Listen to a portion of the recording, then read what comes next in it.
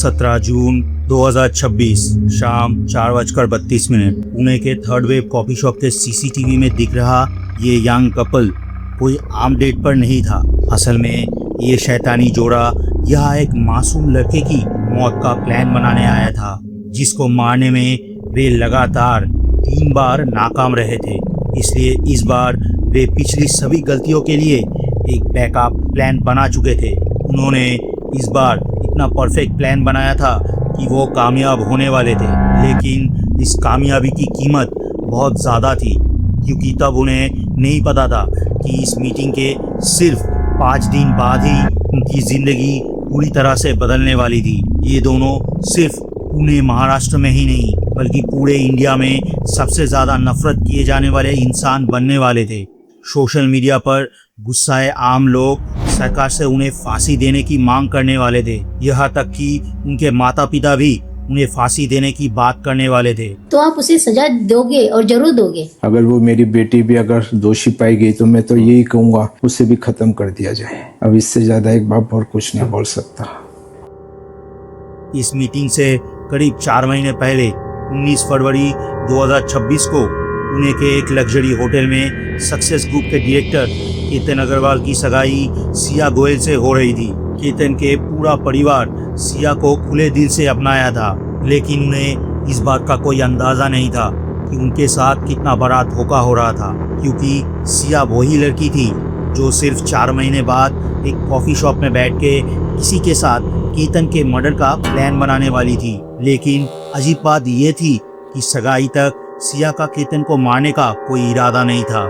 तो सगाई के बाद ऐसा क्या हुआ कि वो केतन को मारने का प्लान बनाने लगी? Welcome to my new crime documentary the conspiracy behind Ketan murder case. सगाई के 4 महीने बाद 18 जून 2026 केतन और सिया ने पहले लोहागढ़ किले पर ट्रेकिंग और फिर लंच डे का प्लान बनाया था, क्योंकि अगले दिन यानी 19 जून को सिया का जन्मदिन था। दरअसल केतन उसका जन्मदिन पूरे 1 महीने तक मना रहा था, जो 19 मई को ऐसे शुरू हुआ था और 19 जून को महाबलेश्वर के एक 5 स्टार होटल में एक ग्रैंड पार्टी के साथ ख़त्म होना था। लेकिन 18 जून को सुबह 11:15 बजे सिया की माँ पूजा गोयल ने केतन की माँ राखी अग्रवाल को फ़ोन किया और घबराते हुए बताया कि केतन लोहागढ़ किले से नीचे गिर गया है। पहले तो केतन के परिवार को लगा कि वो सीढ़ियों से नीचे गिर गया होगा, लेकिन जब वे घटनास्थल की ओर जा रहे थे तो उन्हें पता चला कि केतन इस घोस्ट पॉइंट से तस्वीर लेते समय फिसल के करीब 350 फीट नीचे जंगल में गिर गया था। ये कड़वा सच जानकर केतन के पिता विशाल अग्रवाल समेत पूरा परिवार टूट गया था। उन्हें यकीन नहीं हो रहा था कि केतन अब नहीं रहा, लेकिन केतन के परिवार को यह नहीं पता था कि ये एक साजिश थी जिसे सिया ने एक दिन पहले कॉफ़ी शॉप में बैठकर प्लान किया था। इसलिए उन्हें सिया पर बिल्कुल शक नहीं हुआ, बल्कि वो उसकी चिंता कर रहे थे, क्योंकि उसने अपना होने वाला पति खो दिया था। लेकिन जल्द ही सिया के प्रति केतन के परिवार का नजरिया बदलने वाला था। केतन के मौत के बाद सिया ने रोने का ऐसा नाटक किया कि परिवार को भनक तक नहीं लगी कि ये कोई हादसा नहीं था, एक साजिश थी। सिया ने अपनी बेगुनाही साबित करने के लिए अगले दिन केतन के घर केतन के परिवार को दिलासा देने भी गई और फिर अपने इंस्टाग्राम पर उसके लिए एक दुख भरा पोस्ट भी डाला, जिसमें सिया ने लिखा, तुमने मुझे मेरे जन्मदिन पर छोड़ दिया। तुमने तब छोड़ा जब हम शादी करने ही वाले थे। मुझे अब भी समझ नहीं आता कि तुमने मेरे साथ ऐसा क्यों किया। मेरे कुछ सपने थे, कुछ सवाल थे जिनके जवाब मुझे कभी नहीं मिलेंगे। जब मैं तुमसे इतना प्यार करती थी तो तुमने मुझे क्यों छोड़ दिया? तुम्हारी आत्मा को शांति मिले। लेकिन सिया का मुखौटा जल्दी सामने आ गया जब जांच के दौरान पुलिस को लोहागढ़ किले के एंट्री गेट पर लगे इस सीसीटीवी में ये आदमी नजर आया, जिसने इस केस की पूरी जांच की दिशा ही बदल दी। इस आदमी पर पुलिस को शक होने की वजह बहुत सिंपल थी, क्योंकि वो आदमी आम लोगों से अलग दिख रहा था। पुणे की जून की गर्मी और ह्यूमिडिटी में सुबह सुबह हुडी पहने लोग बहुत कम दिखते हैं। इसके अलावा उस आदमी ने अपना पूरा चेहरा ढका हुआ था और पूरे समय वो आदमी सिया और केतन के आसपास था। जो इस आदमी को संदिग्ध बना रहा था। लेकिन पुलिस ने इस आदमी को सिया और केतन से तब जोड़ा जब उन्होंने एक फुटेज में सिया को मुड़कर इस आदमी की तरफ कुछ इशारा करते हुए देखा। उस वक्त से ही सिया पुलिस के शक के दायरे में आ गई। इस खुलासे के बाद केतन के परिवार को वैसा ही सदमा लगा जैसे केतन को खोने के बाद लगा था। इसलिए वे तुरंत 23 जून को लोनावला रूरल पुलिस स्टेशन में एफआईआर दर्ज कराई, जिसके बाद पुलिस ने सबसे पहले सिया के दोस्तों और जान पहचान के लोगों के बारे में पता लगाया। पुलिस ने सिया के एक एक सोशल मीडिया पोस्ट और फोटोज खंगाले ताकि सीसीटीवी में दिखने वाले आदमी के हुलिये और हाइट से किसी को मैच किया जा सके। बहुत जल्दी पुलिस को एक व्यक्ति मिला जिसका नाम चेतन चौधरी था। पुलिस ने साइंटिफिक तरीके से चेतन के चलने के स्टाइल, बॉडी पोस्चर और कदमों की दूरी को हुडी वाले आदमी से मैच किया, जो बिल्कुल मैच हो गया। लेकिन जब पुलिस ने इस केस की आगे जांच की तो उन्हें पता चला कि पिछले 20 दिनों में 4 बार केतन को मारने की साजिश रची गई थी। एक बार केतन मरते मरते भी बचा था, लेकिन फिर भी केतन ने और एक बार वही गलती की जिसकी वजह से उसको अपनी जान गंवानी पड़ी। अब केतन ने क्या गलती की और उन्हें मारने के लिए 4 बार कोशिश क्यों करनी पड़ी, ये जानने से पहले हमें ये जानना होगा कि पुलिस को चेतन के बारे में क्या पता चला था। जब पुलिस चेतन चौधरी की जांच करती है तो पता चलता है कि वो सिया का बॉयफ्रेंड है और एक मिडिल क्लास परिवार से है। चेतन पुणे के मार्केट यार्ड में अपने पिता और चाचा के साथ ये किराए की ड्राई फ्रूट्स और मसालों की दुकान चलाता था। लेकिन चेतन उतना सीधा साधा नहीं था जितना वो दिखता था। चेतन की नजर सिया के पिता के पैसों पर था, क्योंकि सिया के पिता प्रवीण गोयल का पुणे के मार्केट यार्ड में बीजी गोयल एंड कंपनी नाम से एक ड्राई फ्रूट्स और स्पाइसेस का होलसेल का बिजनेस था, जिसका सालाना टर्नओवर करोड़ों में था। मतलब सिया चेतन के लिए एक मनी मशीन थी और कुछ नहीं। लेकिन चेतन को अंदाजा नहीं था कि इस पैसों की लालच उसे क्राइम के दलदल में घसीटने वाला था। चेतन अच्छी तरह से जानता था कि सिया उससे प्यार करती है और वो सिया को पैसों के लिए कभी भी मैनिपुलेट कर सकता है। इसलिए जब चेतन को पता चला कि सिया के लिए केतन जैसे अमीर लड़के का रिश्ता आया है तो चेतन ने सिया को समझाया कि वो केतन के साथ सगाई कर ले ताकि सिया केतन से पैसे लेकर चेतन को दे सके। अब चेतन का असली मकसद से अनजान सिया को लगा कि अगर वो केतन से सगाई कर ले और पैसे चेतन को दे दे तो चेतन उन पैसों से अपना बिजनेस शुरू कर सकता है और फिर वो चेतन से शादी कर सकती है और इस तरह उसे अपने पिता से चेतन के बिजनेस के लिए पैसे भी नहीं मांगने पड़ेंगे। और यहाँ दोनों ने इतनी बड़ी गलती की जिसका नतीजा दोनों को आगे आने वाले दिनों में भुगतने पड़े। एलिजेडली सगाई के बाद सिया ने केतन से कपड़े खरीदने के बहाने 1 करोड़ रुपए लिए और चेतन को दे दिए। लेकिन जल्दी दोनों का प्लान उन्हीं पर भारी पड़ गया जब सिया घबराने लगी, क्योंकि सगाई के बाद सब कुछ बहुत ही तेजी से हो रहा था। सिया का परिवार शादी के लिए जगह ढूंढ रहे थे। परिवार ने अपने रिश्तेदारों को शादी के लिए इनवाइट करना भी शुरू कर दिया था, जो इस चैट में साफ है। सिया अपनी दोस्त से फ्लाइट बुकिंग के लिए उसका आधार कार्ड की कॉपी मांग रही थी, लेकिन इस चैट में सिया ने और एक चीज लिखा था कि ये शादी होने नहीं वाली। मतलब सिया और चेतन ने केतन को मारने का प्लान पहले ही बना लिया था, लेकिन सिया को नहीं पता था कि वो और चेतन तो सिर्फ मोहरे थे, असली मास्टरमाइंड तो कोई और था।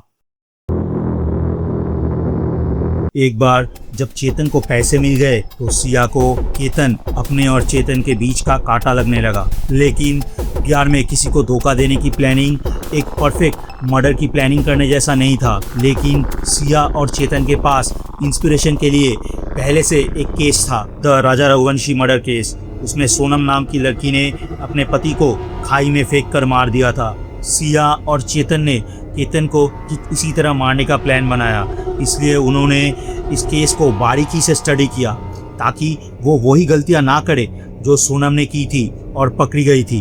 अब पुणे और उसके आसपास गहरी खाइयों की कमी नहीं थी, लेकिन दोनों को एक ऐसी जगह चाहिए थी जिसे वो अच्छी तरह से जानते हो और जहां इसे एक हादसा दिखाया जा सके। इसलिए उन्हें हिस्टोरिकल लोहागढ़ फोर्ट को चुना। लेकिन अब प्रॉब्लम केतन को यहाँ लाने की थी, जिसके लिए सिया को ज़्यादा मेहनत नहीं करनी पड़ी, क्योंकि केतन को ट्रेकिंग करना पसंद था। इसलिए 31 मई को सिया केतन को लोहागढ़ फोर्ट के इस गोस्ट पॉइंट पर ले आई। लेकिन वही मर्डर की प्लानिंग करना और उसे असल में करना दोनों अलग है, वो भी एक 20 साल के लड़की के लिए। मर्डर करते वक्त बड़े बड़े अपराधियों का हाथ भी कांप जाते हैं और उस दिन सिया के साथ भी वही हुआ। उस दिन सिया केतन को धक्का मारने की हिम्मत नहीं कर पाई। पुलिस रिपोर्ट के मुताबिक इसके बाद चेतन और सिया मार्केट यार्ड के पास लूलानगर हिल्स गए और धक्का देने की प्रैक्टिस की। जरा सोचिए, सिया केतन को मारने के लिए कितनी डेस्परेट थी और वो किस हद तक जाने के लिए तैयार थी। फिर सिया ने केतन को 3 दिन बाद 4 तारीख को फिर से वही आने को कहा, लेकिन इस बार केतन को कुछ अर्जेंट काम आ गया जिसकी वजह से केतन बच गया। नहीं तो सिया उस दिन ही केतन को धक्का दे देती, क्योंकि 3 दिन बाद 7 जून की सुबह को सिया को केतन के साथ अपने प्री वेडिंग शूट के लिए बाली इंडोनेशिया जाना था, जहां सिया बिल्कुल नहीं जाना चाहती थी।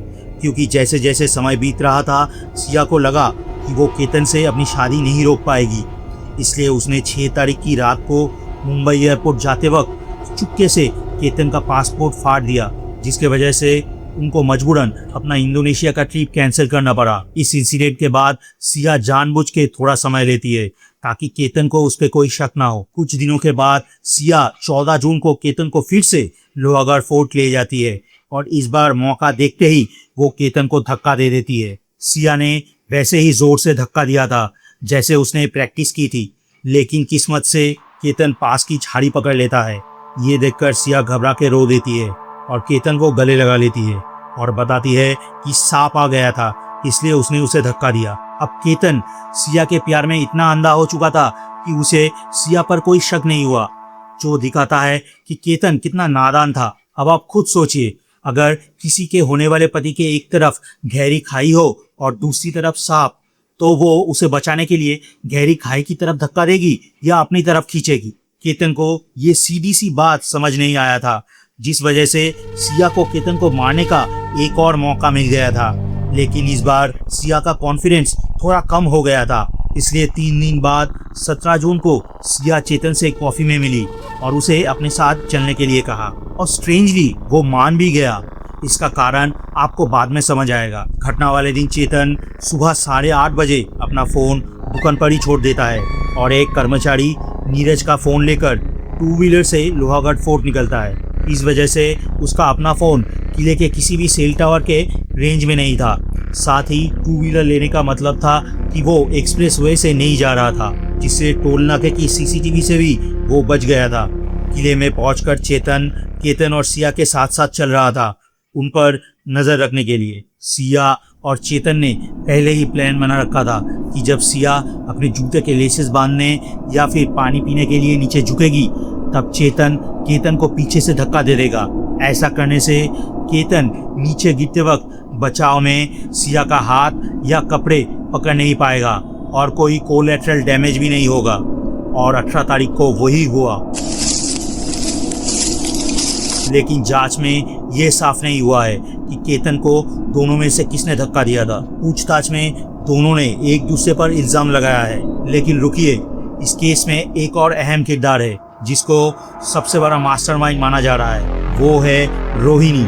ये चैट देखिए, यहाँ रोहिणी चेतन को साफ धक्का देने के लिए मना कर रही है और बता रही है ये सिया को करने देना, क्योंकि माना जा रहा है कि रोहिणी चेतन की गर्लफ्रेंड है और सिया की फ्रेंड। कुछ सोर्सेस के मुताबिक रोहिणी और चेतन ने सिया को केतन के खून के लिए उस्काया था, क्योंकि आखिर में प्लान ये था कि चेतन और रोहिणी 1 करोड़ रुपए लेके भाग जाएंगे और सिया केतन को मारने के बाद उन 1 करोड़ रुपए के बारे में किसी को बता भी नहीं पाएगी, क्योंकि ऐसा करने से सिया के पुलिस के हाथों पकड़े जाने का खतरा था। चेतन इस असली प्लान को छिपाने के लिए और ये दिखाने के लिए कि वो सिया के साथ है, घटना वाले दिन रिस्क लेके वहां गया था। लेकिन कुछ रिपोर्ट्स ये भी बता रहे हैं कि चेतन ने सिया के साथ कोर्ट मैरिज भी कर ली थी, ताकि सिया को चेतन पर पूरा भरोसा हो। सिया से मिले 1 करोड़ रुपए में से चेतन ने 20 लाख रुपए रोहिणी को दे दिए थे, जिससे लेकर रोहिणी पहले ही गायब हो चुकी है। हालांकि पुलिस ने ऑफिशियली रोहिणी के बारे में कोई बयान नहीं दिया है।